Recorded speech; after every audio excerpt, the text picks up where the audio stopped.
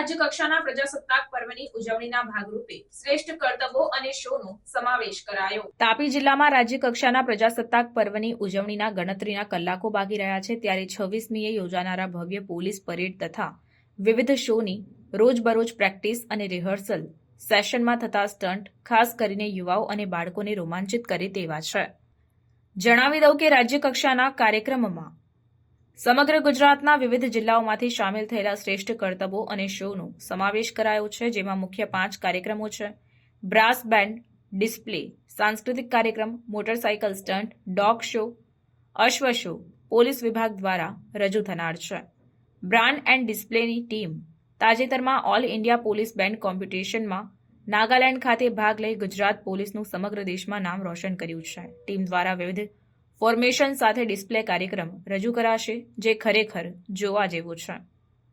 ગુજરાતની અસ્મિતાને ઉજાગર કરતા લોકનૃત્યો જેવા કે ગુજરાતના ભાતીગળ ગરબા, હાલાર પ્રદેશના રાસ, ડુંગરાળ પ્રદેશના વનબંધુઓનું ટીમલી નૃત્ય, સોરઠ ધરાની ટિપ્પણી નૃત્ય રજૂ કરાશે. આ કાર્યક્રમમાં ગુજરાત પોલીસના મહિલા અને પુરુષ મળી કુલ 225 કર્મચારીઓએ ભાગ લીધો છે.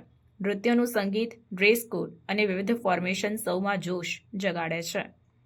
પ્રજાસત્તાક પર્વની ઉજવણીમાં આ શો સૌથી લોકપ્રિય હોય છે. ખાસ કરીને બાળકોમાં કુતૂહલતા જગાવતો આ શોમાં મોટરસાયકલની મદદથી સિંગલ અને ડબલ ઇવેન્ટો કરાશે, જેમાં પોલીસ જવાનો દ્વારા આંખના પલકારામાં જ એકબીજાને ઉનિયાંચ પણ ન આવે તે રીતે દિલધડક ક્રોસિંગ કરતા વિવિધ સ્ટન્ટ જોવા મળશે.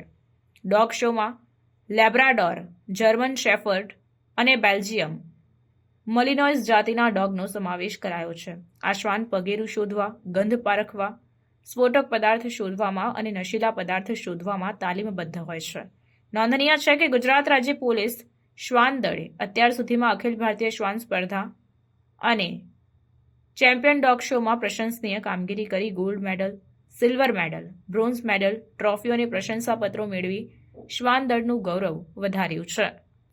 આ સાથે જ ટેન્ટ પેગિંગનો ઇતિહાસ કંઈક આમ છે. રાજા મહારાજા અને અંગ્રેજોના સમયમાં એકબીજાના રાજ્યો પર દુશ્મનોના જે ટેન્ટો લાકડાની પેગો જમીનમાં રોપીને અને ટેન્ટોમાં રોકાણ કરતા આ સમયમાં આવા ટેન્ટોને દુશ્મનોની છાવણી પર ઘોડા ઉપર સવાર થઈ અશ્વો દ્વારા હુમલો કરી પેગોને ભાલાથી ઉખેડી નાખવામાં આવતા હતા. આ રીતે દુશ્મનોના ટેન્ટો પર હુમલો કરવામાં આવતો હતો.